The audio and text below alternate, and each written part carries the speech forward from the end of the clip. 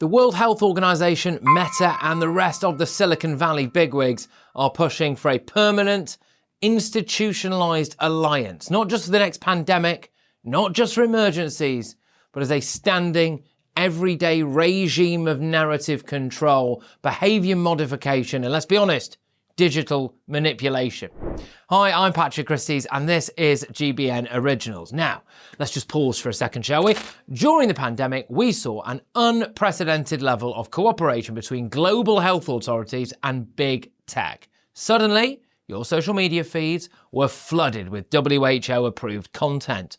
Posts that didn't toe the official line were slapped with warning labels. They were shadow banned or outright deleted. Misinformation became the buzzword of the era, and the people who decided what was and wasn't misinformation were unelected, unaccountable, and crucially, very often, totally wrong. But now, according to Andy Patterson, who's the WHO's team lead for digital channels, that wasn't enough. He's frustrated that tech companies have started to loosen their grip as the pandemic faded. He wants to see that level of control not just in a crisis, but all the time. He's calling for what he describes as a health online collective, a permanent alliance between health authorities in Silicon Valley, ready to push unified messaging at all times, not just in emergencies. This is chilling stuff. Let's call it what it is. It's an attempt to institutionalise censorship and behaviour control on a global scale. Patterson is quite open about the goal. It's not just about getting likes or impressions. It's not about informing you. It's about changing your behaviour. The actual proof of the pudding is actually behaviour change. He says those are his words. In other words, they're not measuring success by how many people see their content, but how many people do what they're told. And it gets worse. The WHO isn't just relying on official channels. They've launched a programme called FIDES, which enlists so-called healthcare influencers to push WHO talking points to their followers. These influencers are handed key messaging and data, and if their content resonates, they're encouraged to just, jazz it up a little bit with humour or emotion for maximum impact. And just think about that, really. Because a lot of people, when they see something on their social media feed from a well-known, well-liked celebrity or influencer, they might assume that everything they see there is real. Often those people have made a living and made a career and built a fan base from just documenting their genuine day-to-day lives. So all of a sudden, if you see them crying about the latest pandemic or taking a particular vaccine or taking a particular medicine or whatever it is, people might be inclined to think that's true, that's believable, I'm going to do that as well. Whereas it might turn out they're being paid by the World Health Organization. And who decides which influencers get boosted by these algorithms? Wow, you guessed it. It's those tech companies again, working hand in glove with the World Health Organization. Well, let's just recap, really. We've got unelected international bureaucrats working with the world's most powerful tech companies using algorithms, which we're not in control of and frankly remain a mystery to most of us, to amplify hand-picked influencers, all to ensure that you only hear and only believe what they want you to. And they want this to be the new normal. Have you ever seen a headline so biased you couldn't help but laugh? Well, here's how you can cut through the spin and get a clearer picture of what's actually happening out there. We've all seen those news stories. Everything's a catastrophe. Facts are feelings, and even the weather becomes political. If you're tired of wading through sensational headlines and narratives leaning so far left they're practically falling over, consider our partner Ground News.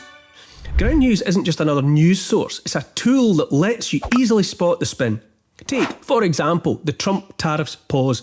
This story had over 600 articles, 29% on the left, 54% centre, and 17% on the right. Left-leaning coverage, like Bloomberg UK, framed the EU's tariff actions as a measured retaliation to Trump's policies, emphasising the need for predictable trade conditions and using terms like onslaught to describe Trump's approach. Right-leaning outlets, such as the Daily Express, conversely characterised the EU as bottling under pressure and engaging in revenge that the EU merely matched, and highlighting China's high tariffs on US goods. With Ground News, you can quickly spot when a story is disproportionately covered from one side. They're handy bias ratings, which show purported news bias, and blind spot feed, a feed that you can see stories disproportionately covered by one side, make it easy to see what's being exaggerated, underreported, or simply misunderstood. What really convinced us to partner with Ground News is their commitment to transparency and clear information. In a time when algorithms feed us content designed only to hold our attention, not necessarily inform us, Ground News is genuinely refreshing. It's not about being unbiased, it's about clarity and balance. If you want to cut through sensationalism, visit ground.news/GBN or scan this QR code now to subscribe. You'll receive 40% off the Vantage plan, giving you unlimited ad-free access to news coverage worldwide. Now, I know that some people will say, but Patrick, isn't it a good thing to have accurate health information out there? Well, yeah, obviously, of course it is. But who decides what's accurate? We all know during COVID, we saw official advice change constantly. We saw legitimate debate suppressed. We saw people making whopping great big mistakes that then influenced policy, put pressure on all of us, and in many cases harmed all of our lives. However, they were never sorry about it afterwards, were they? There was never the old, oh, whoopsie, sorry about this, we made a massive mistake. It was, no, you'll just have to keep believing us next time. We saw experts censored for disagreeing with the prevailing narrative. We saw people cancelled from national television. We saw people demonised. We saw people, called all sorts of horrific names just for having a view that often has turned out in the fullness of time to be correct. And now they want to make that level of control permanent. Well, let's be clear. It's not about public health. It's about power. It's about controlling what you see, what you think, and ultimately how you behave. And it's all being done in the name of safety and science, as if those magic words are just little spells that justify any intrusion, any overreach, any violation of your rights. But I think people can see through this now. When they see things like, we're doing this for your own good, this is in the name of the science, I think very often people have started to open their eyes and their ears and question that. It's the same playbook that we've seen with the so-called pandemic treaty, another WHO initiative that critics say is about consolidating power, not protecting us, the people.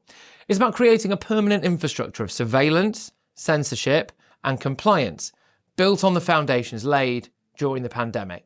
Let's not forget the role of big tech, okay? So you've got Meta, Google, Twitter, well, X, I suppose now, although I would imagine they would be a little bit more resistant under Elon Musk's tenure. They are active participants in this project, believe it or not. They're the gatekeepers of the digital public square, deciding who gets heard and who gets silenced. And now they're being asked to formalise their partnership with the WHO to make censorship and narrative control a permanent feature of the online world.